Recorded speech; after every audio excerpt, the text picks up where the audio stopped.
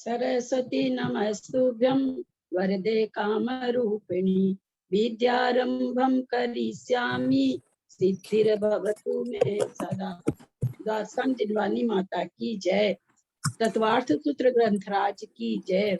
उमा स्वामी आचार्य की जय। सर्वार्थ सिद्धि ग्रंथराज की जय। पूज्यपाद आचार्य की जय। हिंदी टीका करता फूलचंद शास्त्री जी की जय। अढ़ाई दीप में विराजमान सभी आचार्य उपाध्याय सर्व साधु के चरणों में नमोस्तु नमोस्तु नमोस्तु। सभी आर्यका माता जी के चरणों में अगर विराजमान है माता जी तो उनके चरणों में वंदामी वंदामी वंदामी। सभी छुल्लक छुल्लिका इलक के चरणों में इच्छामी इच्छामी इच्छामी। सभी प्रतिमाधारी अन्ना जी के चरणों में वंदना वंदना वंदना। रूप में विराजमान नेमीचंद भाई साहब, उमराव भाभी और भी जो पूजे जन है सबका सादर चरण स्पर्श। सभी से सादर जय जिनेन्द्र। हम लोग तत्वार्थ सूत्र पर टीका पूज्यपाद आचार्य की सर्वार्थ सिद्धि नामक टीका है, उसका हिंदी रूपांतर फूलचंद शास्त्री जी ने किया है, उसका स्वाध्याय कर रहे हैं। स्वाध्याय करते हुए हम लोग 9वें अध्याय में आ चुके हैं, जिसमें संवर आदि का वर्णन चलेगा और फिर आगे निर्जरा और 10वें अध्याय में फिर मोक्ष की प्राप्ति आचार्य करा देंगे। इसका दूसरा सूत्र चलेगा। पहला सूत्र व्याख्या कल हम लोगों ने बहुत अच्छी से जानी थी, बहुत ही सुंदर ढंग से संवर इसमें बताया गया कि पहला गुण स्थान जब छोड़ देते मतलब उससे आगे निकल जाते हैं, दूसरे में अगर आते हैं तो कितनी प्रकृति का संवर हो जाता है? 16 प्रकृति का संवर हो जाता है। और ये भी बात पक्की है कि पहले से दूसरे में आते नहीं हैं, पहले से तीसरे में आते हैं अथवा चौथे में अथवा 5वें में आते हैं। तो फिर कितनी प्रकृति का? पहले से तीसरे में कोई आ गया 41 प्रकृति का संवर हो गया। चौथे में तो 41 का ही रहेगा क्योंकि तीसरे गुण स्थान में कोई संवर नहीं है। बहुत अच्छी तरह से संवर का यहाँ पर बताया गया, गुण स्थान परक विवेचन करके। पहली बार ही मुझे तो पहली बार ही पढ़ने को मिला है, क्योंकि सर्वार्थ सिद्धि मैंने पढ़ा नहीं था। बहुत ही मतलब इमेजिंग वर्णन मिला कि गुण स्थान में अगर जाते जाओ तो उतनी प्रकृतियों का संवर हो जाता है। बहुत बंद बिछुती होती है लेकिन उसको संवर का नाम दे ऐसा नहीं ज्ञान हुआ था, जो यहाँ पर आचार्य ने बहुत अच्छा। आज उसका दूसरा सूत्र लेंगे। मोक्ष मार्ग से नेतारम वेतारम कर्म भूभृता ज्ञातारम विश्व तत्वानां वंदे तद्गुण लब्धये आश्रव निरोध संवरः।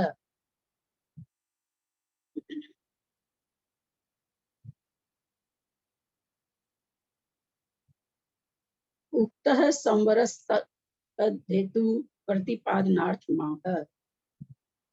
इसमें जो इसका संधि विच्छेद करिए तो 788 में जो संवरस्तद्धेतु प्रतिपादनार्थमाह है। संवरः प्लस हेतु। बहुत सुंदर, बहुत सुंदर। अच्छी आप लोगों को संधि बहुत अच्छी आने लगी है, बहुत अच्छी बात है, बहुत सुंदर बात है। सगुप्ती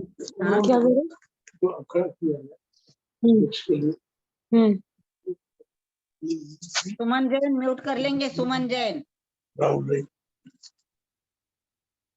दूसरा सूत्र ले रहे हैं। सगुप्ती समिति धर्मानुप्रेक्षा परिसह जय चारित्र।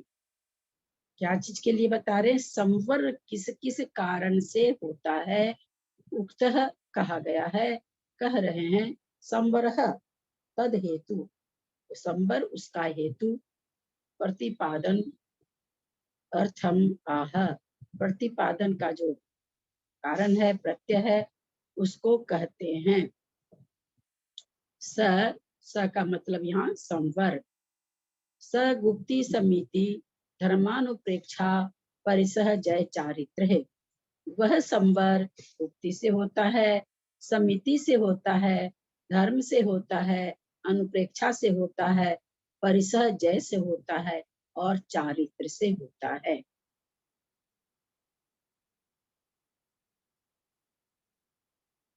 वह संवर गुप्ति से होता है, समिति से होता है, धर्म से होता है, अनुपेक्षा से होता है, परिसह जैसे होता है, चारित्र से होता है।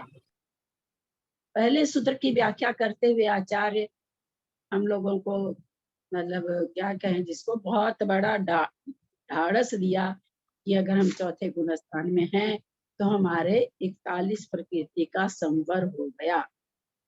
पर जब यहाँ पर संवर के हेतु देखते हैं तो ऐसे लगता है ये संवर का हेतु तो हमारे पास कोई सा भी नहीं है, न गुप्ति है न समिति है। धर्म के नाम पर हमारा धर्म कैसा है हम जानते हैं, अनुप्रेक्षा नहीं है, परिसह जय तो अगर एक चींटी हाथ पे चढ़ जाए तो बिना देखे बेचारी मर के ही हटती है, पर सहजय नहीं है। और चौथे गुण स्थान तक चारित्र का तो नाम ही नहीं है। हाँ, अंजना जी यहाँ पर विद्यमान है, हो सकता और कोई माता जी भी हो, उन लोग को जरूर देश चारित्र है। पर हम तो हर आदमी को हर आदमी स्वार्थी होता है, मैं भी स्वार्थी हूँ, तो मैं तो अपने परिप्रेक्ष्य में देख रही हूँ कि यहाँ जो संवर के हेतु बताए जा रहे हैं वो हमारे में है क्या। आचार्य ने 41 प्रकृति का चौथा गुण स्थान हम लोग मान लेते हैं अपने लोग का है, अंजना जी को छोड़ के या और भी कोई प्रतिमाधारी हो तो उनको छोड़ के। तो क्या ये जो संवर के हेतु बताए हैं हम अपने को खोजें कि इसमें हमारे पास कौन सा है। चलिए संस्कृत पढ़िए, आगे इसका विवेचन पढ़ते हैं।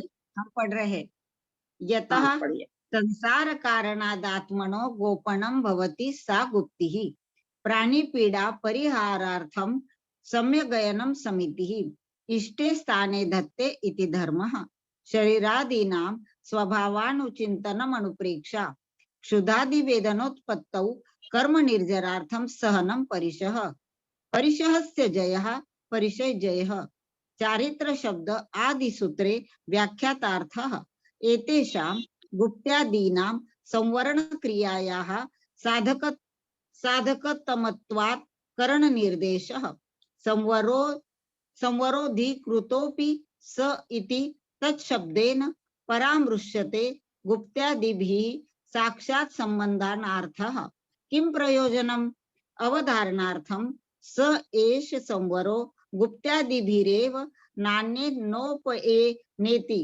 तेन तीर्थाभिषेक दीक्षा शीर्षोपहार देवताराधनादयो निर्वर्तिता भवन्ति राग द्वेष मोहपातस्य कर्मणोऽन्यथा निवृत्य भावात्।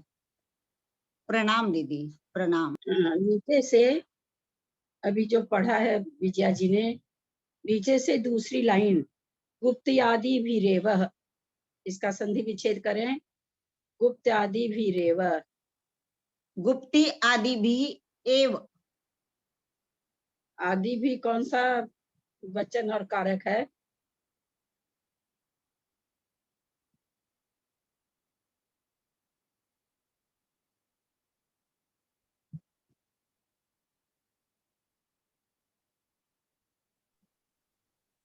आप लोगों को तृतीया का बहुवचन, तृतीया का बहुवचन, तृतीया का बहुवचन।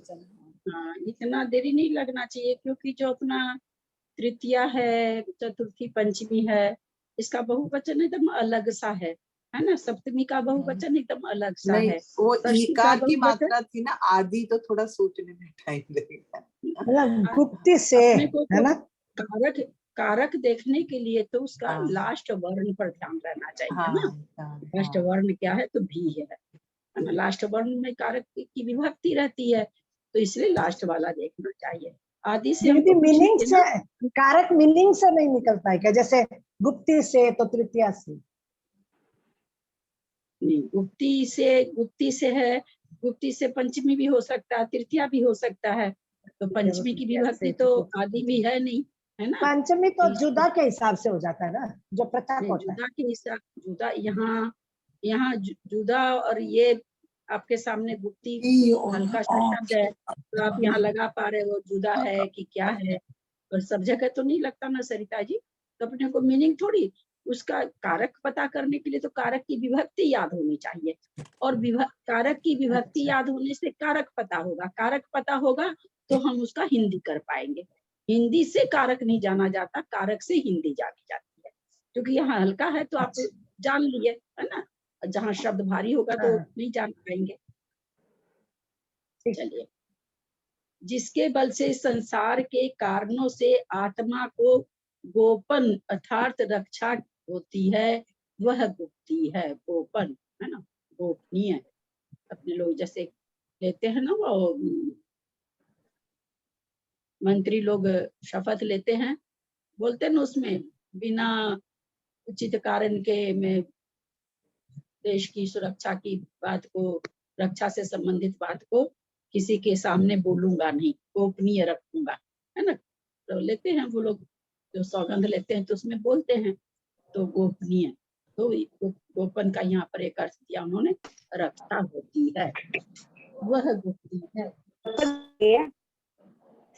शपथ लेना है क्या ये? नहीं, ये शपथ लेना नहीं है, हम मुझे तो याद आ गया अभी, इसलिए बोल रहे हैं। यहाँ ये यहाँ ये शपथ नहीं ले रहे।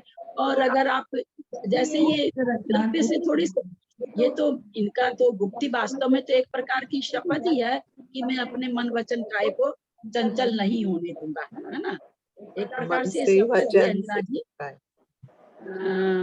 महाराज जो महाराज हैं वो शपथ ले रहे हैं एक प्रकार से, मैं अपने मन को चंचल नहीं करूंगा, अपने वचन को चंचल नहीं करूंगा, अपने काय को चंचल नहीं करूंगा। तीन गुप्ती होती है, मन गुप्ती, वचन गुप्ती, काय गुप्ती, तो आप इसको कह सकते वो बात नहीं, वह गुप्ती है। प्राणी पीड़ा का परिहार करने के लिए भले प्रकार आना जाना, उठाना धरना, ग्रहण करना, भोजन करना सतुति है। यहाँ पर एक चिंतन है, क्या बताती, डिस्टर्ब होने लगा। ये क्या इको हो रही है आपकी आवाज दीदी? हाँ, ये अभी मोबाइल चालू करके बैठ गया ना, उसी से वही कर रही हूँ, हो गया लगता है। तो हाँ, हम लोगों में से बहुत लोग हैं जो भली प्रकार से आना जाना करते हैं, वस्तु को उठाना धरना करते हैं, बैठेंगे तो आंचल से ही भले झाड़ लो, झाड़ते, बहुत से लोगों को ऐसा देखने में आता है, ऐसा नहीं कि नहीं आता है। कोई चीज लेते हैं तो बहुत धीरे से लेना करना, ऐसा कई लोगों के क्रिया में देखा जाता। हम लोग जैसों की बात कर रहे हैं, हम प्रति की बात नहीं कर रहे। तो क्या हम लोग समिति के धारक हो गए क्या? जी नहीं दीदी, समिति नहीं है। समिति के धारक तो मुनि महाराज ही होंगे।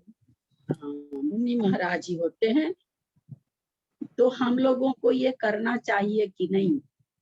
करना चाहिए, पाप से बचने के लिए तो करना ही चाहिए। अभ्यास रूप में करना। पाप से बचेंगे हम, है ना। जीव की रक्षा का हमारे मन में ध्यान है, तो जीव हिंसा के हम पाप से बचेंगे। पर हम समिति का पालन करते हैं, हम अपने आप को ऐसा नहीं कह सकते। समिति का पालन मुनि महाराज करते। बहुत सुंदर। जो इष्ट स्थान में धरता है वह धर्म है। शरीर आदि के स्वभाव का बार बार चिंतन करना अनुप्रेक्षा है। शरीर की क्या चिंतन करना? आज सर्दी हो गई, अरे पेट में दर्द हो रहा है, आज तो चेहरे पर पसीना आ रहा है। शरीर नश्वर है, ये चिंतन करना। 12 भावना का चिंतन करना। यहाँ तो ऐसा कुछ लिखा नहीं है, तो नहीं लिखा तो मतलब 12 भावना ही होता है ना। इसका ना शरीर के स्वभाव का नहीं लिखा है, यहाँ 12 भावना भी नहीं लिखा है, और कुछ और भी नहीं लिखा है। तो लिख दिया शरीर आदि के स्वभाव का, कोई शरीर मेरा सुंदर रहना चाहिए, कहीं थोड़ा फुंसी नहीं होना चाहिए। शरीर का तो स्वाभाविक नहीं, इसका मतलब ये है शरीर का स्वाभाविक गलन शरीर तो पूर्ण गलन है। ये शरीर का स्वभाव का वेदना के होने पर कर्मों की निर्जरा करने के लिए उसे सह लेना परिशह है। मेरे को तो गुस्सा ही आ जाता भूख लगने पर, सहना तो बहुत दूर की बात है। और परिशह का जीतना परिशह जय है। चारित्र शब्द का प्रथम सूत्र में व्याख्यान कर आए हैं। ये गुप्ती आदि संवर रूप क्रिया के अत्यंत सहकारी हैं। अतएव सूत्र में इनका करण रूप से निर्देश किया गया है। करण मतलब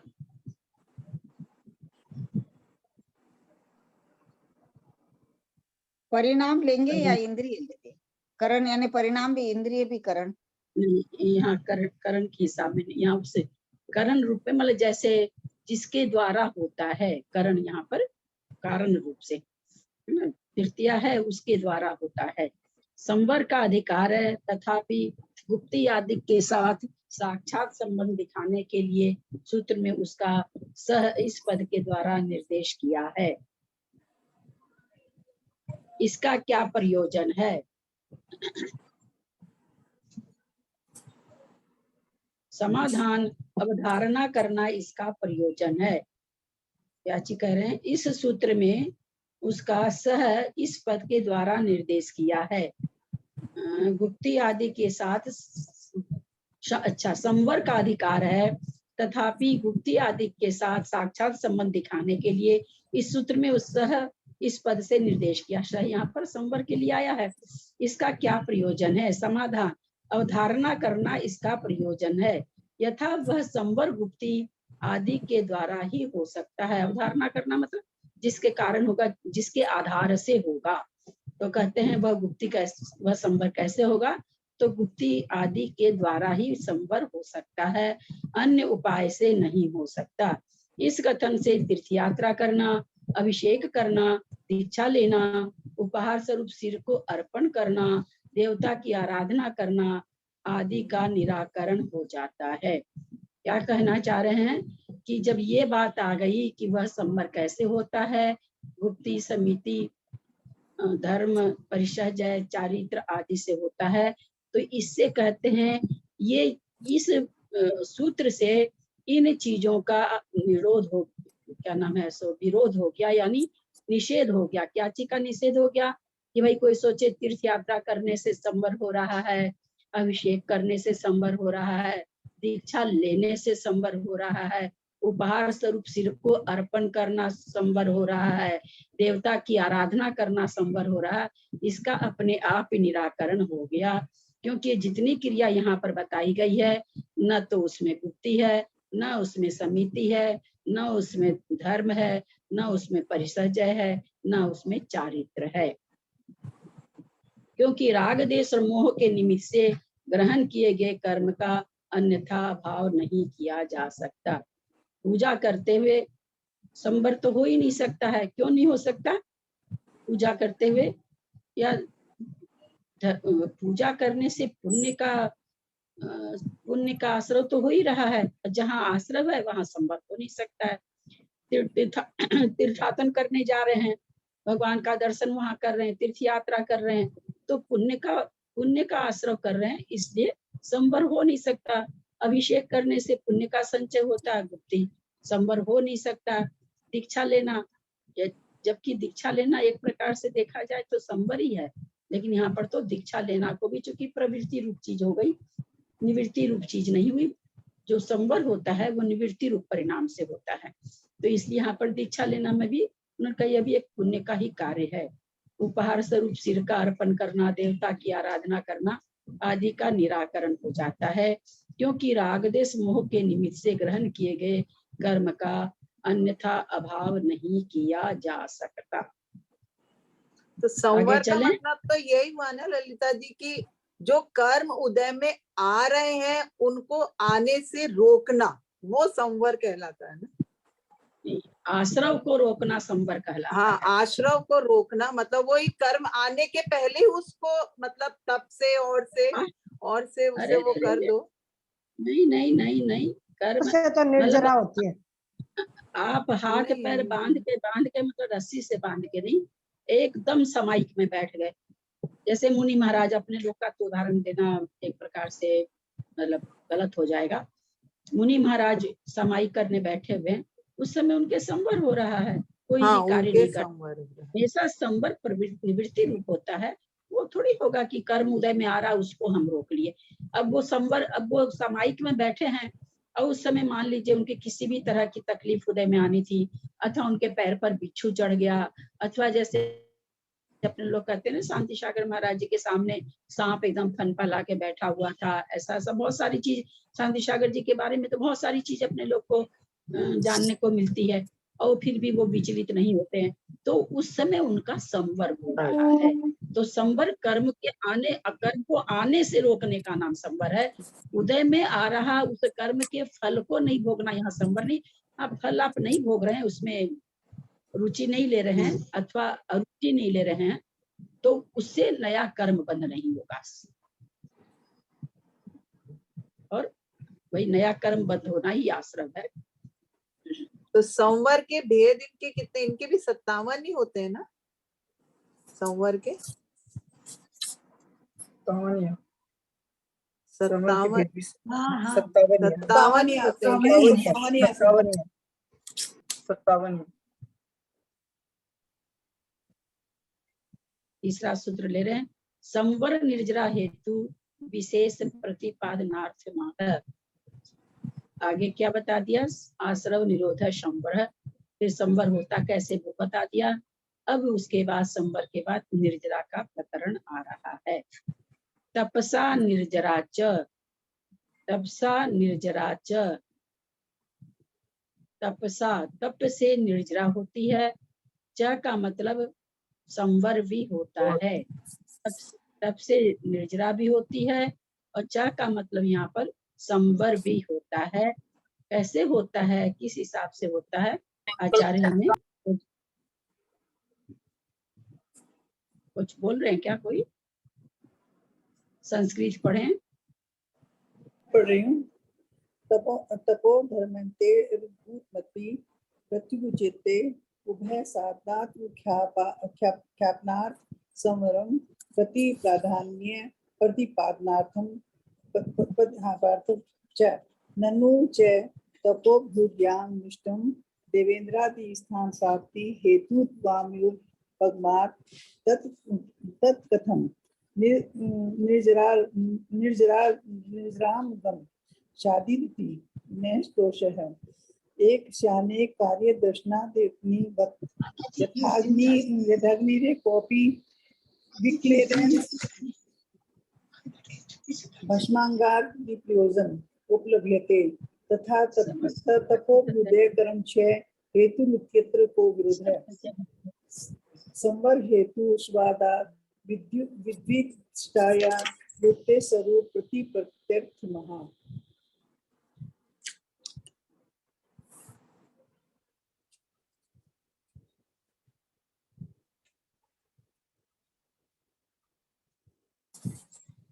तप का धर्म में अंतर्भाव होता है, फिर भी वह संवर और निर्जरा इन दोनों का कारण है और संवर का प्रमुख कारण है।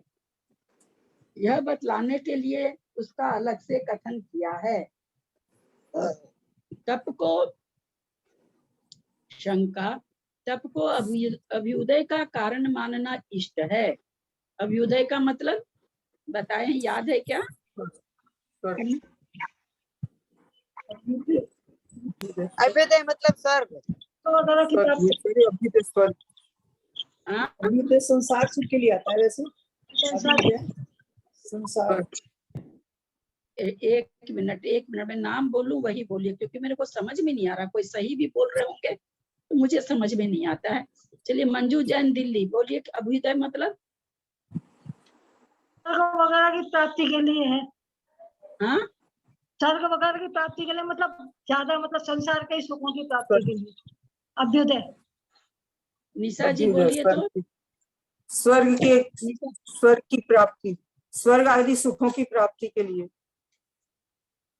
और बोलिए, चलिए, और कौन? जेठी भाई साहब, अभ्युदय मतलब?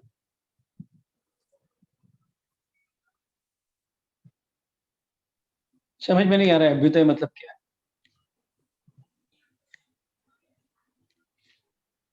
सरिता जी क्या कहाँ आप चेन्नई की हैं क्या? कहाँ हम तो भूल जाते हैं। सरिता, पता नहीं आपका तो नाम ही कुछ अलग सा आने लगा आजकल। नहीं, चेन्नई से ही हूँ। ये भाभी संसार सुख के लिए आता है, वैसे स्वर्ग आदि सुख के लिए अभ्युदय माने सुख, स्वर्ग सुख या संसार सुख। और कोई बताना चाहेंगे? विजया जी ठोलिया, मंजू जैन, जयपुर। तप को नष्ट मतलब निर्जरा होना, मतलब तप का मैं कुछ बोलूंगा। से निर्जरा का कारण। नॉर्मली ऐसे मतलब निर्जरा अभ्युदय सबके का कारण से। मुख्य अर्थ तो है कर्म का फल मिलना। क्या तब से कर्म पुण्य अच्छा ही होना चाहिए। अब कर्म अभ्युदय अच्छा ही मतलब यहाँ होना। पुण्य देखिए होगा। भाई साहब, एक मिनट, एक जन बोलिए, नहीं तो मुख्य इससे मेरे को कोई हानि नहीं हो रही है। आप लोगों की मतलब ये अभ्युदय वगैरह शब्द अपने बहुत बार यूज में आ चुका है, शायद इतना तो आप लोग को याद होगा कि अभ्युदय शब्द, उसकी परिभाषा नहीं याद है, वो अलग बात है, पर ये शब्द बहुत जाना पहचाना आप लोग को याद जरूर आ रहा होगा, बहुत बार समझाया गया है। मैं तो ऐसे अभी पूछ ली, मेरे को पूछने का कोई ऐसा नहीं था, लेकिन लगा कि पूछूं याद है कि नहीं लोग को। दीदी हम अब बोले, एक मिनट, एक जन बोले, मैं नाम पुकार रही हूँ। मंजू जैन, जयपुर। मोक्ष। मोक्ष, चलिए। हाँ, सरिता जी, चेन्नई। हाँ, इसका मतलब ये सब, मतलब इसका कर्मों का क्षय होना होता है इसका अर्थ तो। और गौण में सांसारिक पुण्य की प्राप्ति होना। क्या क्या क्या? मुख्य तो अर्थ होता है कि कर्मों का क्षय होना। आपने किससे सुना ये व्याख्या? कहाँ पढ़ी आप? क्योंकि आप लोग तो अलग से भी स्वाध्याय करते हो सब शायद। नहीं, अलग अच्छा, से नहीं करते। वीना जैन नहीं, आप लोग करते हैं ना, कविता जी और आप लोग सब दोपहर में क्या करते हैं? वीना जैन, मेरठ। अभ्युदय मतलब स्वर्ग की प्राप्ति के लिए। हाँ, संसार सुख के लिए, संसार सुख के लिए, स्वर्ग की प्राप्ति के लिए। कविता जी आई है क्या? नेमीचंद भाई साहब, आप बताएंगे अभ्युदय से क्या मतलब है? मोक्ष के लिए। कविता जैन आई है क्या? सेठी हमारी बेंगलोर की। आई तो हूँ दीदी, लेकिन मुझे नहीं आ रहा है। मेरी बहना, मैं क्या करूं, आप लोगों को कैसे मैं बता पढ़ाऊं? के देखूं दीदी मैं बोल के हाँ? देखूं, मैं हाँ, बोल के बोलिए ना। देखूं। हाँ, हाँ। इंद्र वगैरह के सुख, स्वर्गादिक के सुख, इंद्र, देवेंद्र, अहम इंद्र, इनके सुख, इसे कहेंगे अभ्युदय सुख। मैं एक शब्द में बता देता हूँ। अभ्युदय मतलब पुण्य क्रिया, शुभ क्रिया, जिससे सांसारिक सुख प्राप्त हो सकता है। नहीं, ऐसा इसका अभ्युदय का मतलब, अब आप लोग सब कोई सुन लीजिए, अभ्युदय का मतलब कोई मोक्ष नहीं, अभ्युदय का मतलब कोई क्रिया नहीं, अभ्युदय सुख, इसके आगे सुख लगा रहता है। निःश्रेयस सुख, आप लोग को याद आ गया होगा दोनों शब्द बोलने से। अभ्युदय सुख, निःश्रेयस सुख। निःश्रेयस सुख मोक्ष सुख को कहा जाता है, अभ्युदय सुख कहा जाता है बढ़ता हुआ पद, जैसा अभी अपने विजया जी ने बोला, इंद्र पद पाना, स्वर्ग पाना, उसमें भी इंद्र पद पाना, उसमें भी स्वधर्म इंद्र बन जाना, अहमिंद्र बन जाना, मतलब बढ़ते हुए चक्रवर्ती बन जाना, बलदेव बन जाना, अभी उदय एकदम बढ़ते ऊंचे ऊंचे ऊंचे पद को पाते जाना, इसको अभ्युदय सुख कहते हैं। कोई क्रिया नहीं है, कोई मोक्ष नहीं है, और भी पता नहीं जो आप लोग बोल रहे थे। और मैं जहां तक समझती हूँ, अभी भी मतलब इस बार जो स्वाध्याय शुरू हुआ है, इसमें भी, इन दिनों में भी मैंने ये दोनों सुख आया था कहीं पर, और मैंने बताया था अभ्युदय सुख और निःश्रेयस सुख। पर्यायवाची नहीं है क्या दोनों, निःश्रेयस और अभ्युदय? हाँ, पर्यायवाची नहीं है क्या कि अंतिम मतलब सुख नहीं की नहीं, निःश्रेयस सुख मतलब मोक्ष, निःश्रेयस सुख मतलब मोक्ष सुख, अभ्युदय सुख मतलब उन्नति करता हुआ सुख, कि भाई इंद्र बन गए, धर्मेंद्र क्या नाम है सो, क्या अमींद्र बन गए, चक्रवर्ती बन गए, बलदेव बन गए, ऐसे ये बड़े बड़े पदों को आगे बढ़ते बढ़ते लेना, मतलब ऊंचा ऊंचा पद को धारण करना, उसको अभ्युदय सुख कहते हैं। निःश्रेयस सुख तो मोक्ष सुख को कहते हैं। सबको अभ्युदय का कारण, दीदी हाँ दीदी प्रणाम, एक मिनट। आपने रत्नाकरण श्रावकाचार में गाथा है ना दीदी, निःश्रेयसम अभ्युदयम निस्तीरम दुस्तरम सुखाम्बु निधिम निप्पिवति पीत धर्मा सर्वे दुःखैरनालीडः। यह निःश्रेयस और अभ्युदय आपने जो बताया ना, दोनों आए हैं जी। निःश्रेयस यानी बराबर के मोक्ष का सुख। शिखर जी के आने के बाद स्वाध्याय शुरू हुआ, तब भी एक दिन आया है, इसी में आया होगा दरबार से। हाँ, एक दिन हम उसको भी बताए हैं, आप लोग को दिमाग से निकल जाती है कुछ चीज है ना, जो आप लोग के दिमाग से निकलती है ना, तो हम मतलब हम समझ नहीं पाते हैं कि मेरे में कमी है क्या पढ़ाने में।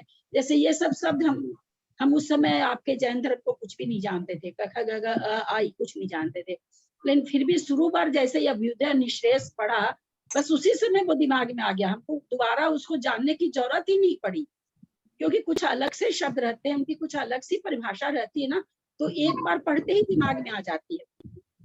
अब कहाँ कमी है, मेरे समझाने में कमी है कि क्या है, मैं समझ नहीं पाती हूँ कि क्यों नहीं मतलब याद हो पाता है। हमारे याददाश्त में कमी है।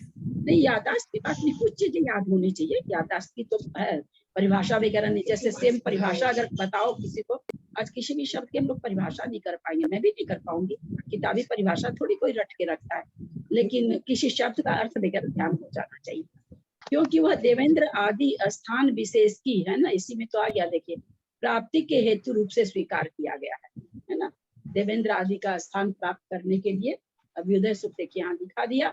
इसलिए वह निर्जरा का कारण कैसे हो सकता है, यहाँ शंका कर रहे हैं कि भाई आपने तपसा निर्जरा तप से निर्जरा होती है, तो इन्होंने शंका क्या कर दी कि तप से तो अभ्युदय सुख की प्राप्ति होती है, देवेंद्र आदि पद की प्राप्ति होती है, आप उसको निर्जरा का कारण कैसे कहते हैं। समाधान, यह कोई दोष नहीं है, क्योंकि अग्नि के समान एक होते हुए भी इसके अनेक कार्य देखे जाते हैं। जैसे अग्नि एक है तो भी उसके विक्लेदन, भस्म और अंगार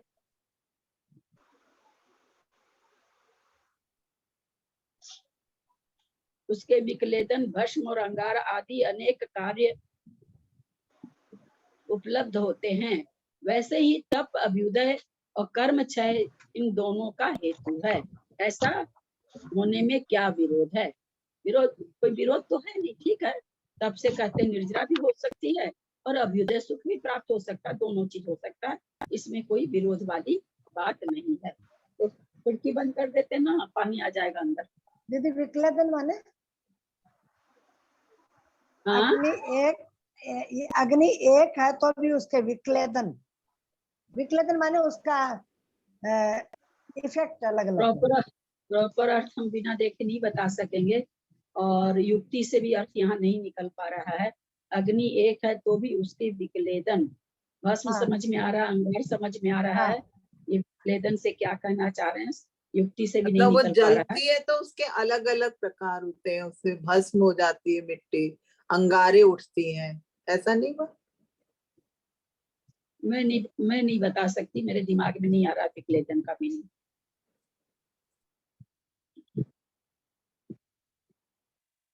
संवर है, मैं न कर्म कांड,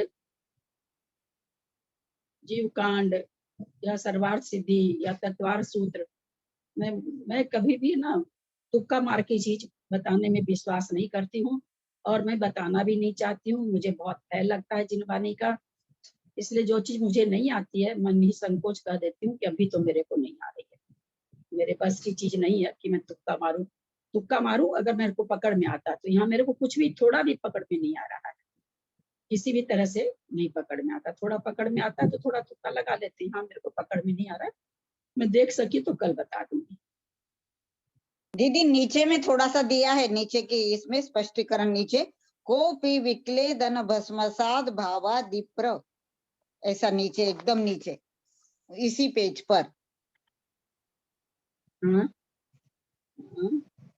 दिखा जो अपन पढ़ रहे हैं ना, सबसे नीचे जो देते हैं ना फुट नोट में, वहाँ अग्नि नहीं, संस्कृत में भी वही है, वही चीज, वही शब्द है विक्लेदन, कुछ भी नहीं है, कोई भी नहीं। संस्कृत में रहता तब तो हिंदी में आ ही जाता ना, संस्कृत में नहीं है।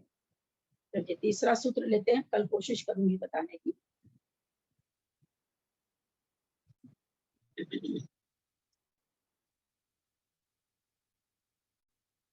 संबर हेतु स्वादा हेतु स्वादा उपदिष्टाया गुप्ते स्वरूप प्रतिपत्ति अर्थनाः। यहाँ ये इसका पहले वाले शब्द का संधि विच्छेद करें तो संबर हेतु वाला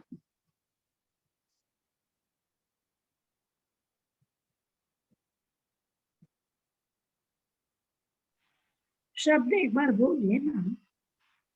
हाँ एक बार बोलिए क्या शब्द एक्चुअल में सूतक हो रखा हाथ नहीं लग रहा है। हाँ 792 में समय हो गया आपका, सुनते हैं क्या?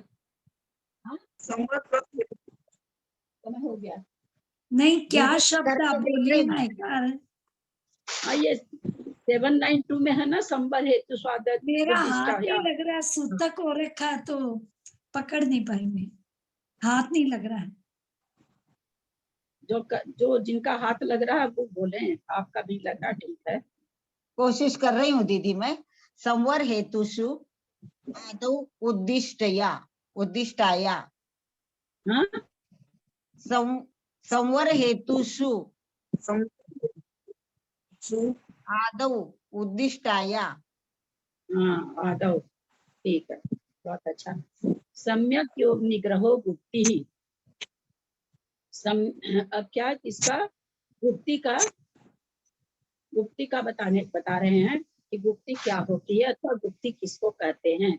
सम्यक योग निग्रहो गुप्ति, सम्यक प्रकार से निग्रह करना गुप्ति है। अपने हम हर चीज में पहले सम्यक शब्द आता है, अगर सम्यक नहीं है तो कोई यह नहीं है, इसलिए सम्यक शब्द। तो सम्यक प्रकार से निग्रह करना गुप्ति है। हमको बहुत जोर गुस्सा आ रहा है, इतना जोर गुस्सा आ रहा कि गुस्से के मारे हम कोई शब्द नहीं बोल रहे, वो गुप्ति नहीं होगी ना, वो गुप्ति तो होगी नहीं। तो इसलिए सबसे पहले शब्द क्या लगा दिया इन्होंने, सम्यक योग निग्रह गुप्ति, सम्यक प्रकार से योग का निग्रह करना गुप्ति है। संस्कृत पढ़ें और दीदी थोड़ा मैं सा पढ़ है। रही हूँ।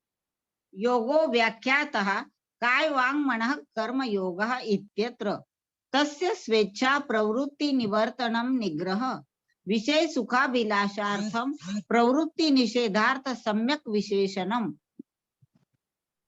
तस्मात् सम्यक विशेषण विशिष्टात् संक्लेशा प्रादुर्भाव परात् कायादि योग निरोधे सति तन्निमित्तं कर्म नाश्रवतीति संवर प्रसिद्धि रवगंतव्या सा त्रितयी काय गुप्तिर वाग्गुप्ति मनोगुप्ति रीति।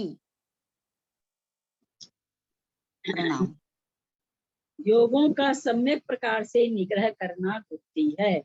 काय वांग मन कर्म योग है। इस सूत्र में योग का व्याख्यान पर आए हैं। उसकी स्वच्छंद प्रवृत्ति का बंद होना निग्रह है। विषय सुख की अभिलाषा के लिए की जाने वाली प्रवृत्ति का निषेध करने के लिए सम्यक विशेषण दिया गया है। इस सम्यक विशेषण युक्त संक्लेश को नहीं उत्पन्न होने देने पूर्व योग निग्रह से कायादि योगों का निरोध होने पर तन निमित्त कर्म आश्रव नहीं होता। इसलिए संवर की प्रसिद्धि जान लेनी चाहिए। वह गुप्ति 3 प्रकार की है, काय गुप्ति, वचन गुप्ति, मनोगुप्ति।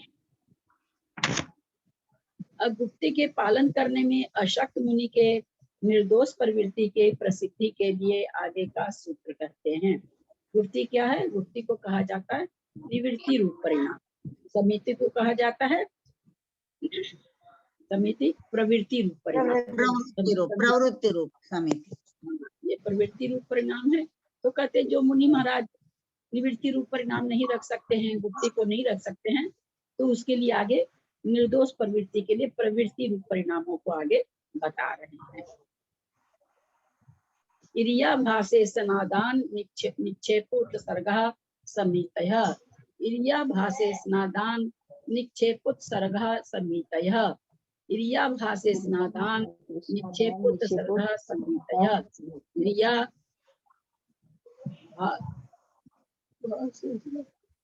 भाषा एष्णादान निक्षेप क्रिया भाषणा स्थान एष्णादान निक्षेप उत्सर्ग आदि ये 5 समिति हैं। आदान निक्षेप और उत्सर्ग ये 5 समितियां हैं। संस्कृत पढ़े, बहुत थोड़ी सी है। सम्यक इत्यनुवर्तते तेनैर्यादयो विशेषन्ते सम्यक गिरिया सम्यक भाषा सम्यक गेषणा सम्यक गान दान निक्षेपौ सम्यक गुप्तसर्ग इति सा एतः पंच समितयो विदित जीव स्थानादि विधेर्मुने प्राणी पीड़ा परिहाराभ्युपाया वेदितव्यः तथा प्रवर्तमानस्य संयम परिणाम निमित्त कर्माश्रवा संवरो भवति। योगों का सम्यक प्रकार से निग्रह करना है। ये तो हो गया। क्रिया भाषा एषणा आदान निक्षेप उत्सर्ग ये 5 समितियां हैं। यहाँ सम्यक इस पद की अनुवृत्ति होती है। उससे इरिया आदि के विशेष पदे को प्राप्त होते हैं। सम्यक क्रिया, सम्यक भाषा, सम्यक एषणा, सम्यक आदान निक्षेप और सम्यक उत्सर्ग, इस प्रकार कही गई ये 5 समितियां जीव स्थान आदि विधि को जानने वाले मुनि के प्राणियों की पीड़ा को दूर करने के उपाय जानने चाहिए। इस प्रकार प्रवृत्ति करने वाले असंयम रूप परिणामों के निमित्त से जो कर्मों का आश्रय होता है वह संवर होता है। अपने लोग को इसको समझने की जरूरत है नहीं। भाषा कैसी बोलनी चाहिए, प्रिय बोलनी चाहिए, आगम के अनुसार बोलनी चाहिए। एषणा आहार की क्रिया है, सम्यक प्रकार से लेनी चाहिए। क्रियापथ 4 हाथ भूमि देख के चलना। आदान और निक्षेप, किसी वस्तु को लेना और उसको रखना बहुत ध्यान पूर्वक रखना चाहिए कि जीव की हिंसा नहीं हो। उत्सर्ग मल मूत्र का त्याग करना, जीव स्थान को देख करके मल मूत्र का त्याग करना चाहिए। ये 5 समिति है।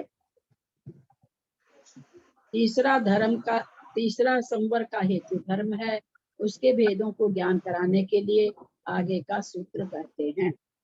उत्तम क्षमा मार्दवार्जव शौच सत्य संयम तपस त्यागा किंचन्य ब्रह्मचर्यानि धर्म। उत्तम क्षमा मार्दवार्जव शौच सत्य संयम तपस त्यागा किंचन्य ब्रह्मचर्यानि धर्म। उत्तम क्षमा मार्दवार्जव शौच सत्य संयम तपस त्यागा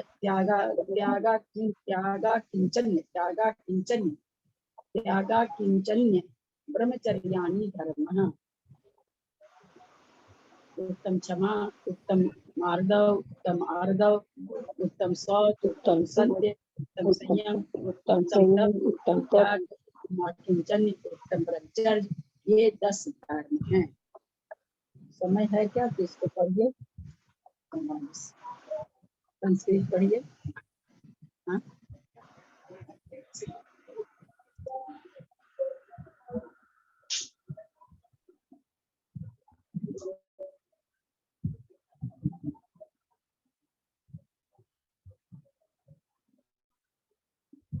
किमर्थमुच्यते आद्यं प्रवृत्ति निग्रहार्थम्।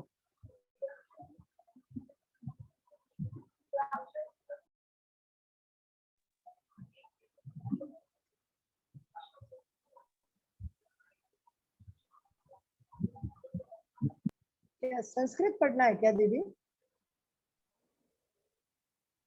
हाँ सरिता जी, संस्कृत ही पढ़ने का बोला है दीदी ने। कोई पढ़ रहा है क्या? मैं पढ़ लेती हूँ। पढ़ूं मैं? पढ़िए। किमर्थमिति मुच्यते आद्यं प्रवृत्ति निग्रहार्थम तत्र समर्थानां प्रत्युपाय प्रदर्शनार्थं नित्यम् इदं पुनर्साविद धर्माख्यानं समितिषु प्रवर्तमानस्य प्रमाद परिहारार्थ वेदित्वेन शरीर स्थिति हेतु मार्गनार्थ पर कुलानियोपगच्छतो भिक्षो दुष्ट जनाकोश प्रसन्ना वज्ञाताड़न सरी व्यापना दिनम सन्निधाने कालुष्यानुत्पत्ति ही क्षमा जात्यादि मदावेशाद विमाना भावो मार्दवम मां निहरणम योग श्यावकृता आजवम प्रकर्ष प्राप्त लोभानि वृत्ति सोचम सत्सु प्रशस्तुषु जनेषु साधु वचनम सत्यमित्युच्यते ननु चैते भाषा समीतावंतरवृत्ति नैष दोषः समिति प्रवर्तमानो मुनि साधुषु च भाषा व्यवहारं कुर्वन् हितं मितं च ब्रूयात् अन्यथा रागादंड दोष है शादिति वाक् समिति पितृत्व यही पुनः संत परवर्जिता सद्भक्ता वा तेषु साधु सत्यम ज्ञान चारित्र शिक्षा निदेशु बहवपि कर्तव्य मित्यनुज्ञायते धर्मापग्रहणार्थम समितिषु वर्तमानस्य प्राणीन्द्रिय परिहार संयम कर्मचार्थ तप्य इति तपः तदुत्तरत्र वक्ष्यमानं द्वादश विकल्पं सेयं संयतस्य योग्यं ज्ञानादिदानं त्यागः उपादेशवती शरीरादिषु संस्कारा पोहाय ममेत मिथ्याभिसंधि निर्वर्तिरा किंचन्यम दानं त्यागः उपादेशवती शरीरादिषु संस्कारा पोहाय ममेत मिथ्याभिसंधि निर्वर्तिरा किंचन्यम नाश्यः किंचना स्थित्य किंचनः तस्य भावे कर्म आकिंचन्यम अनुभूतान स्मरण तथा श्रवण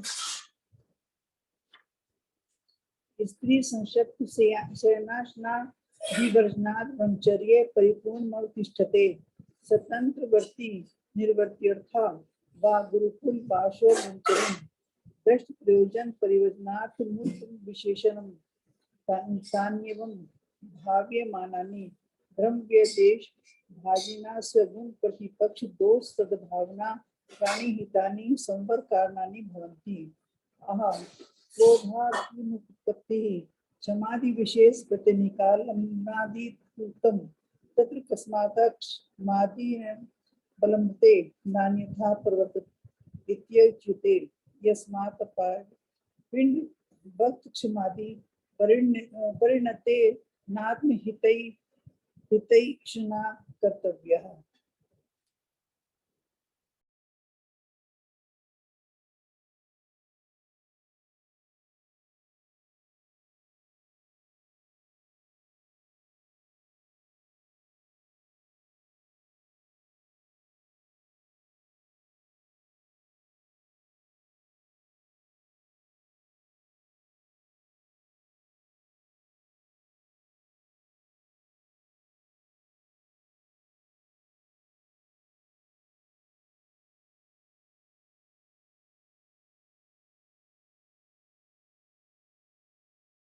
दीदी आप म्यूट है, हम लोग को सुनाई नहीं दे रहा है।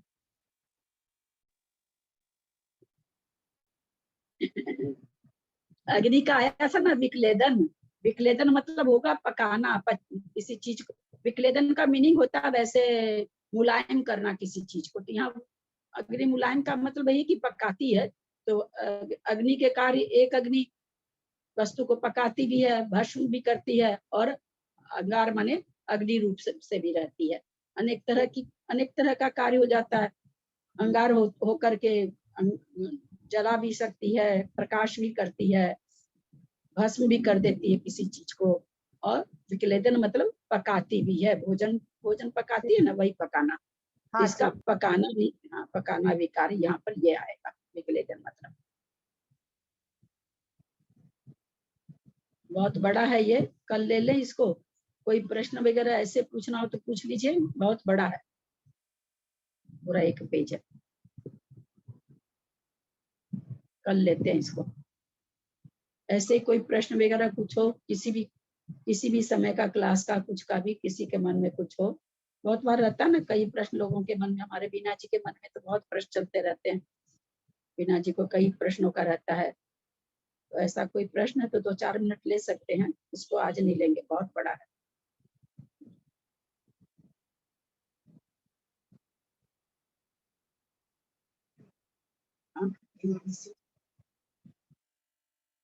डॉक्टर मुन्नी जैन कौन है इसमें भाई? कभी वीडियो ऑन करते रही हैं आप? डॉक्टर क्या पेशे से डॉक्टर हैं या डॉक्टरेट वगैरह करी हैं, क्या हैं आप? डॉक्टर मुन्नी जैन कौन है आप? कभी वीडियो तो ऑन करा कीजिए। ऐसे ऑन करके लोग कोई नहीं रहे, जितने भी ये म्यूट रहते हैं ना, बंद करके ये लोग रहते नहीं अपनी सीट पर। दीदी ऐसा नहीं है, हमारे नेट का प्रॉब्लम आ जाता है ना, इसलिए कभी कभी चालू तो कर देती मालूम हूँ। है, हाँ आपका जी तो जी, मालूम है। बाकी मैं पूरा बैठती हूँ, पूरा ध्यान से सुनती हूँ दीदी। नहीं नहीं, आपका विजया जी एक्सेप्शन अपवाद तो सभी जगह होते हैं। जी जी जी जी। दीदी एक मेरा छोटा सा प्रश्न था, अपन समिति जब बताते हैं तो समिति के सामने एरिया समिति, भाषा समिति, एकता समिति ऐसा ही बोलते हैं, उसके सामने सम्यक शब्द कभी भी नहीं लगाया गया, लेकिन यहाँ सम्यक शब्द लगाया गया है, ऐसा क्यों? समिति का मतलब ही होता है सम्यक, सम प्लस इति है ना, सम्यक प्रकार से। तो क्योंकि और हम लोग तो ऐसे भी सभी चीजों में सम्यक, बहुत सारी चीज हम लोग, जैसे अभी मेरे को ध्यान नहीं आ रहा, अब जैसे पल्ले प्रमाण है ना, सागर प्रमाण कहाँ बोलते हैं? सागर, 70 कोड़ा कोड़ी सागर, मिथ्यात्व की स्थिति कितनी है? 70 कोड़ा कोड़ी सागर। जबकि आगम की दृष्टि से देखिए, आगम चक्षु से देखिए तो एकदम गलत है, एकदम गलत है। तो हम लोग को आदत पड़ी हुई है वैसे ही, लेकिन वास्तव में शब्द आगम के अनुसार, इसीलिए मैं आप लोग को कई बार कहती भी हूँ कि बिल्कुल आगम के अनुसार बोलेंगे ना तो फिर आदत वही पड़ जाती है, इसलिए आगम के अनुसार ही बोलना चाहिए। क्योंकि ऐसे तो इरिया समिति ठीक है, इरिया समिति चल रहे, लेकिन सम्यक प्रकार देख करके चलना। चल रहे हैं, खूब बात कर रहे हैं, खूब हंसी ठट्ठा करते हुए चल रहे हैं, तो हम क्या सम्यक प्रकार से करेंगे इरिया पर? तो वही चीज यहाँ पर, इसलिए सम्यक लगना, किसी भी क्रिया को अच्छे प्रकार से करने के लिए सम्यक तो लगाना ही पड़ेगा। दीदी एक प्रश्न मेरा है कि उत्कृष्ट स्थिति 70 कोड़ा कोड़ी की है, तो केवली भगवान के 70 कोड़ा कोड़ी से आगे का भी जानते हैं? क्या चीज? जैसे अपन ऐसे मतलब किसी भी जीव का अगर बोले तो उत्कृष्ट स्थिति 70 कोड़ा कोड़ी की बताई गई है ना, हाईएस्ट जो है, तो 70 कोड़ा कोड़ी से आगे का भी कुछ केवली भगवान तो जानते होंगे ना, क्योंकि सब जानते हैं तो क्या होता है मतलब? 70 कोड़ा कोड़ी की स्थिति अभी तक कितनी बार बांध ली हमने? नहीं मालूम मुझे तो। अनंत बार बांधी है, अनंतों बार बांधी है, अनंतों बार नरक में गए हैं, अनंतों बार स्वर्ग में गए हैं, अनंतों बार भवंतरिक में गए हैं, अनंतों बार मनुष्य पंच परावर्तन पढ़ने के बाद इतना भाव भाषा तो हम लोगों को कम से कम मोटी रूप से हो गई कि पता नहीं अनंतों कितने अनंत, क्योंकि शुरुआत नहीं ना, जीव की शुरुआत नहीं कि उस समय पैदा हुआ था भाई, ये आज से 5 लाख वर्ष पहले पैदा हुआ था, ऐसा तो है नहीं, अनादिकाल से। अब वो अनादिकाल कब से? अनादिकाल मतलब अनादिकाल, तो कर्म तो 70 कोड़ा कोड़ी का कितनी बार बंधा, और केवली को तो सारा भूत भविष्य वर्तमान सभी दिख रहा है।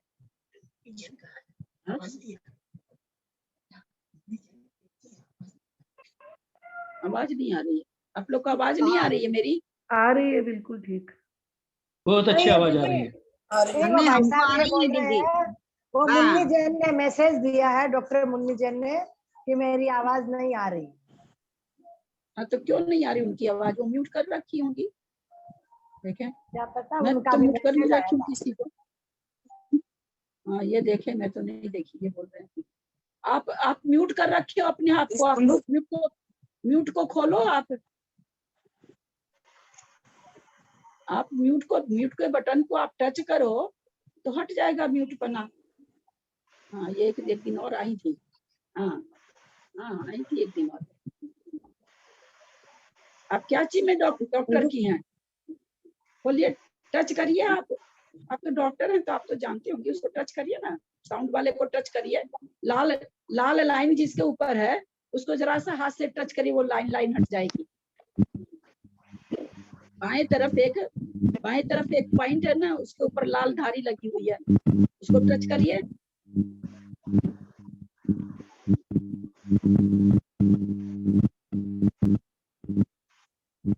ना इस किसे कहते हैं?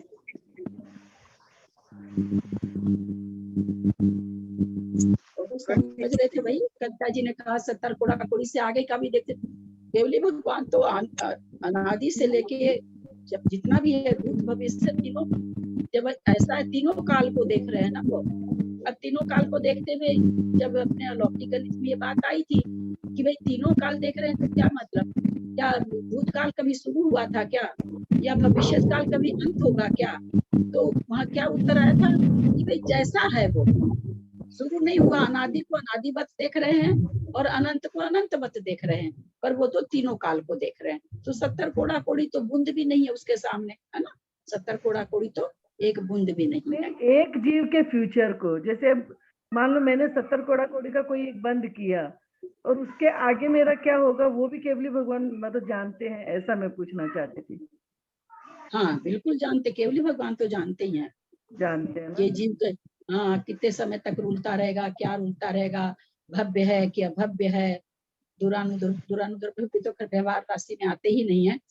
तो ये तो वो तो जान ही रहे ना कि जब अवधि ज्ञानी ही असंख्यात भवों को, असंख्यात लिखा हुआ, संख्यात नहीं लिखा हुआ है, अवधि ज्ञानी, सर्वावधि ज्ञानी, परमावधि ज्ञानी। अब अपने जीव कांड जी में बहुत अच्छी अच्छी चीज आने वाली है, एकदम हम लोग जान जान के समझ में जितना भी आए, मतलब बहुत मन प्रफुल्लित होने वाला, ऐसी ऐसी चीजें आने वाली है जीव कांड जी में, जो आज तक, जैसे आप लोगों ने जीव कांड से तो पढ़ा ना, अलौकिक गणित और 14 धारा, उस समय आप सबने एक मत से होके कहा, हम लोग ने तो नाम ही नहीं सुना था, हम लोगों ने तो नाम ही नहीं सुना, हमने भी नहीं सुना था, आपने नहीं सुना था तो हमने भी नहीं सुना था, लेकिन सुनकर पढ़ के कितना, चाहे जितना समझ में आया, अलौकिक को पढ़ के आनंद तो बहुत आया। उसी तरह से जीव कांड जी में ऐसी बहुत सारी चीजें आने वाली है। तो वही इनके कविता जी का उत्तर तो अवधि ज्ञान में मिल जाएगा। वही असंख्यात भव को जान रहा, असंख्यात भव को, तो केवल ज्ञान तो बहुत बड़ा है। नहीं तो 33 सागर मतलब ऐसे हाईएस्ट एज है 33 सागर। मान लो कि स्वर्गों में तो हम नहीं भी गए होंगे 33 सागर, लेकिन नरकों में हो सकता है गए भी होंगे, नहीं भी गए होंगे, सागर में 70 कोड़ा कोड़ी तो बहुत ज्यादा सागर हो गए ना, बहुत एक्सेस सागर हो गए। तो पता नहीं, मुझे ऐसे चिंतन में आ रहा था कल से कि क्या हो रहा है, ये कैसे होगा, मतलब समझ नहीं आ रही थी चीजें। 70 कोड़ा कोड़ी का मिथ्यात्व मतलब सुन के आपको लग रहा है कि कितना बड़ा है, हाँ 70 कोड़ा कोड़ी सागर, और यहाँ तो हम लोग कब से है, कुछ है ही नहीं, अनंत अनादिकाल से अनादिकाल कितना बड़ा बीत गया, उसमें तो 70 कोड़ा कोड़ी अनंतों बार हो गया। 70 कोड़ा कोड़ी तो संख्यात है, 70 कोड़ा कोड़ी तो संख्यात है, अपन केवली भगवान तो अनंत को जानते हैं। 70 कोड़ा कोड़ी तो नहीं, जानने की बात नहीं, हम लोगों का जो है 70 कोड़ा कोड़ी को तो आप हम लिख सकते हैं और बोल सकते हैं, बोल ही रहे हैं ना, 70 कोड़ा कोड़ी बोल ही रहे हैं ना, संख्यात में भी बहुत छोटा, हम तो संख्यात ही नहीं जानते हैं। हमने जब अलौकिक गणित पढ़ी तो देखा था ना संख्यात का क्या हाल था, है ना, एक परित संख्यात में एक माइनस करके जो निकला था कुंड विधान से, तो कितना कैसे कैसे कुंड बने थे हम लोगों ने देखा था। तो हम लोगों को तो संख्यात की शुरुआत ही नहीं मालूम है। 70 कोड़ा कोड़ी तो बहुत छोटी संख्या, मध्यम संख्यात है, तो इसलिए मतलब 70 कोड़ा कोड़ी कितनी बार हुआ होगा, अथवा 33 सागर की नरक की आयु कितनी बार हो, क्योंकि 33 सागर की नरक की आयु उसके एक एक, जैसे 22 सागर की है नरक की आयु छठे की, अब 22 सागर प्लस 1 प्लस 1 समय, 22 सागर प्लस 2 समय, समय ध्यान दीजिएगा, समय बोल रही हूँ, 22 सागर प्लस 3 समय, 22 सागर प्लस 4 समय, 22 सागर प्लस 5 समय, ऐसे करते करते 33 सागर की आयु को भोगा है। इतनी बार 7वें नरक में कंटिन्यू गया है, कंटिन्यू जा नहीं सकता, कंटिन्यू तो कोई भी नरक में एक पर्याय तो लेनी ही पड़ती है, लेकिन जैसे भी मतलब 22 सागर एक समय, फिर दोबारा जन्म लिया 7वें नरक में, 22 सागर 2 समय, ऐसे करते करते वो 33 सागर पूरा करता है, तब जाके नरक वाला भाव पूरा होता है। और वैसा नरक भाव परिवर्तन हम अनंतों बार कर चुके। अब बताइए 33 सागर की आयु कितनी बार पा चुके। तभी तो सारी चीजों को समझने के लिए इसे पंच परावर्तन सबसे कुंजी है। सारी चीज समझने के लिए पंच परावर्तन कुंजी है। गजब की चीज है भाई। हम तो अपने पहले नाम ही सुने हुए थे। पंडित जी का धन्यवाद दें कि उनके बोलने से इन चीजों पर विचार हुआ और चिंतन हुआ और बोला गया। तो हम कौन सा जानते थे, हम भी नाम ही जानते थे बाकी। दीदी दूसरा प्रश्न आपने एक बार बोला था, वो छठे नरक में से छठे काल में जन्मने वाला जीव कहाँ से आएगा, ये क्वेश्चन आपने फिर पूछा था क्या महाराज जी को किसी को, मतलब क्या आंसर आया इसका? कहाँ गई कविता जी, मुझसे आशीर्वाद भी लेना था और ये प्रश्न पूछना था। इतनी तो आपके सामने कितनी बीमार पड़ गई, जा ही नहीं पाई। आप बोले भीतर भी एक बहुत ज्यादा चलना पड़ेगा। आपके यहाँ उस दिन गई थी, इसी भाव से गई थी कि आपके यहाँ से महाराज जी को उसमें चली जाऊंगी। तो फिर आपने कहा भीतर बहुत चलना पड़ेगा। हाँ, तो आप वैसे बोले तो मेरी तो हिम्मत नहीं थी उतनी चलने की। नहीं, उस टाइम तो आपकी स्थिति नहीं थी जाने की, चलने की। तो फिर मैं कहाँ गई, जा ही नहीं पाई। रही गया, जाने से रही गई, नहीं जा पाई। ठीक दीदी, क्या ही अच्छा होता अगर जैसे अपन मैट्रिक पढ़ लेते हैं उसके बाद वापस पहली दूसरी में तो नहीं जाते हैं, वैसे ही नरक चले गए मनुष्य पर्याय के बाद वापस नरक नहीं आए तो। क्या जैसे अपन लौकिक पढ़ाई में अगर 10वीं 11वीं 12वीं 14वीं पढ़ लेते हैं तो पहली दूसरी तो वापस नहीं पढ़नी पड़ती है ना। तो इसमें ये अपन मनुष्य पर्याय तक पहुंच गए तो वापस नरक कर फिर इनसे क्यों बनना पड़े। तो चलिए, सब कोई प्रतिमा धारण करते हैं, माता जी बनते हैं, तो वो भी केवल द्रव्य से नहीं भाव से बने। तो फिर अपन फिर आगे छायोपसमिक सम्यक दृष्टि है हम लोग। अब छायोपसमिक सम्यक दर्शन वाला देखिए ना, आप तो अपनी, हम लोग तो अपनी बात करते हैं। हाँ, 2 बार उपसम श्रेणी चढ़ के आत्मा की अनुभूति करके असंख्यात जीव निगोद में पड़े हैं। कहाँ खोजे अपने आप को, बताइए। हाँ, 2 बार उपसम श्रेणी एक भाव में चढ़ गया और चढ़ के उतर के निगोद में पड़ा है। तो नरक में नहीं भेजते हैं, बोलिए। क्योंकि नरक में क्यों नहीं भेजते, निगोद में क्यों भेजते हैं? नरक में भेज देना चाहिए। क्या अंतर है दोनों में? नरक में तो आयु पूरी करके वो निकल जाएगा और निगोद से वो अपनी नरक से आने की तो टाइम लिमिट है। नरक से आने की तो निगोद से आने का टाइम लिमिट। हाँ, बिल्कुल ठीक। नरक तो सीमित है। हाँ बीना जी, अब चुप हो जाइए आप। नरक की आयु तो सीमित है, मालूम है इतनी। निगोद की आयु का मालूम नहीं है। निगोद में भेजते हैं। मुनि पद धारण करके मुनि पद के अनुसार अगर कोई चर्या नहीं करते हैं, यदि वृषभाचार्य लोग, मैं नहीं बोल रही हूँ, मेरी सब क्षमता थोड़ी बाबा, यहाँ तो कोई का ठिकाना ही नहीं है। तो तिल्लोई पन्नती में सीधे निगोद में भेज रहे हैं मुनि महाराज को। और अपने लोग कई चीजें अपने लोग को, महाराज लोगों की हुई अपने लोग को नजर में आती तो अपने लोग को तकलीफ होती है। तो ये प्रश्न उस समय ये खड़ा होता है कि जिस यति वृषभाचार्य को हम लोग जान रहे हैं, क्या मुनि महाराज नहीं जान रहे हैं? लेकिन वहां पर ये उत्तर दिया, अभी हाल फिलहाल में कहा क्या हुई संगोष्ठी थी, क्या मुझे याद नहीं आ रहा। बोला इतने मतलब पंचम काल में लोग इतने ढीठ जैसे हो गए कि उनको किसी चीज का भय नहीं लगता। अभी हाल में कहीं पर ये चर्चा चली अच्छी खासी। तो आगम तो पुकार के सारी बात बता रहा है, पर हम आगम की मानते कहाँ हैं, करते कहाँ हैं? आगम की बात करते नहीं ना। कर ले तब तो कल्याण हो ही जाए ना। क्यों नहीं हुआ आज तक कल्याण? क्यों नहीं हुआ? कभी भी सच्चे रूप से आगम को धारण ही नहीं किया। और मैं तो और भी धर्मी में से आई हूँ, तो मेरा तो बात ही छोड़िए। अरे मेरे को तो आपका प्रयास ज्यादा है, आपका जल्दी उद्धार होगा, क्योंकि आपका प्रयास भी है, लगन भी है और आपको ज्ञान भी है। तो क्या कहाँ सोचे त्रिशला जी? 2 बार श्रेणी चढ़ के निगोद में पड़ा जीव कहाँ खोजे अपने आप को? लेकिन कुछ ऐसे भी तो है, जैसे अंजन जैसे जीव एक बार में पार हो गए, हम भी हो सकते हैं उसी कैटेगरी में। ऐसा नहीं होता कि सभी जाते हैं, बात तो ठीक ही है, सभी जाते हैं, ऐसा नहीं।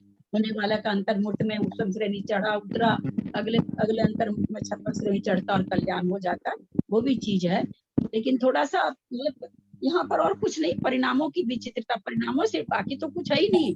जो चीज है सो परिणाम है, बाकी थोड़ी कुछ है, सारी व्यवस्था तो परिणाम की है। तो इसीलिए हम अगर सीढ़ी चढ़ रहे हैं, सीधी सीढ़ी मिल रही है जैसे वो, हमने उसमें जन्म जन्म लिया, सीधी सीढ़ी मिल गई, हमने कोई अपना प्रयास ज्यादा नहीं किया। और एक आदमी प्रयास करके उस सीढ़ी पे आ रहा है, चढ़ रहा है, कर रहा है, समझ रहा है, और जैन से ज्यादा समझ रहा है, तो उसके अंदर तो उद्धार जल्दी होना ही है, उसमें तो कोई शक ही नहीं है। ऐसा कुछ नहीं है। 11वें गुण स्थान को पाना आसान बात है क्या, वो भी बहुत प्रयास करके ही पाते हैं, इसलिए किसी के लिए कुछ कहा नहीं जा सकता। फिर भी चलो भावना तो अच्छी रखनी चाहिए। कोई कुछ पूछ रहे थे क्या? और ललिता जी मैं पूछ रही है, चार भेद है। 1 मिनट सबको म्यूट कर लें, अंजना जी कुछ बोल रही हैं मेरे को सुन नहीं रहा। संक्रमण के चार भेद है ना इसके, गति संक्रमण, स्थिति संक्रमण और भाग प्रदेश।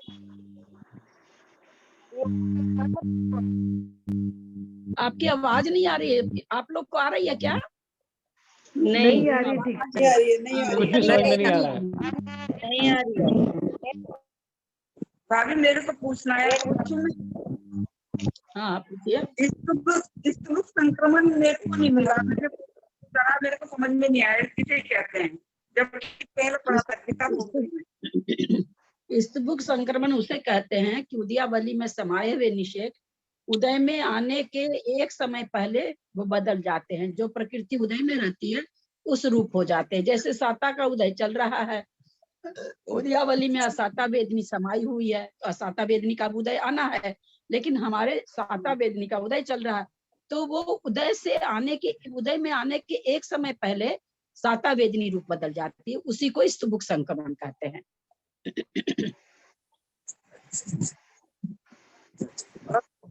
दृष्टि किसे कहते हैं?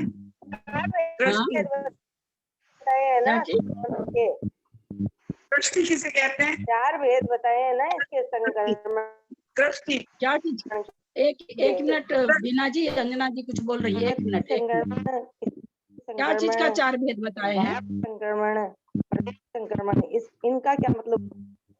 संक्रमण तो बहुत तरह का है। संक्रमण तो ऐसे विद्यार्थ कई तरह का संक्रमण है। अब वो सब सारी चीजें अपने जीवकाल में पढ़ेंगे धीरे धीरे, है ना। विद्या समय पच्यंती, विद्या समय से ही परिपक्व को प्राप्त होती है।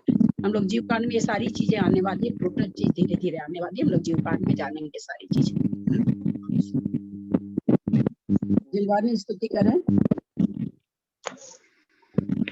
मैं करती। जिनवाणी माता ध्यान धरो भक्ति भाव से, जिनवाणी माता ध्यान धरो भक्ति भाव से, सरस्वती माता चरणों में आए बड़े चाव से, शुद्ध ज्ञान का भंडार भरा है, ज्ञान की गंगा बहती, जीवन का श्रृंगार यही है, जग को साता देती है। जिनवाणी माता ध्यान धरो भक्ति भाव से, तीर्थंकर है मात पिता और गणधर तेरे भैया, शारद माँ का अमृत पी के भव समुद्र तिरे दिया। हे जिनवाणी माता ध्यान धरो भक्ति भाव से, गणधर जी तो वाणी होती मुनियों ने है भाई, पढ़े सुने ध्यावे जिनवाणी मोक्ष निशेणी पाई। हे जिनवाणी माता ध्यान धरो भक्ति भाव से, प्रथमम करणम चरणम माता द्रव्यमयी है वाणी, चारों ही अनुयोगों को बांधो सच्ची मन में ठाणी है जिननी माता ध्यान धरो भक्ति भाव से जिन वाणी को निश दिन ध्यावे अष्ट कर्म नस जावे चंद्र दक्ष की यही अरज है केवल ज्ञान को पावे हे जिननी माता ध्यान धरो भक्ति भाव से जावाणी के ज्ञान ते सूझे लोकालोक सोवाणी मस्तक नमो सदा ते तुहु धोक हे जिनवाणी भारती तो ही जब वो दिन रैन जो तेरी शरणा गए सो पावे सुख चैन देव भजु अरहंत को गुरु से हो निर्गन दया धर्म पालू सदा यही मोक्ष का पंथ दास संग जिनवाणी माता की जय।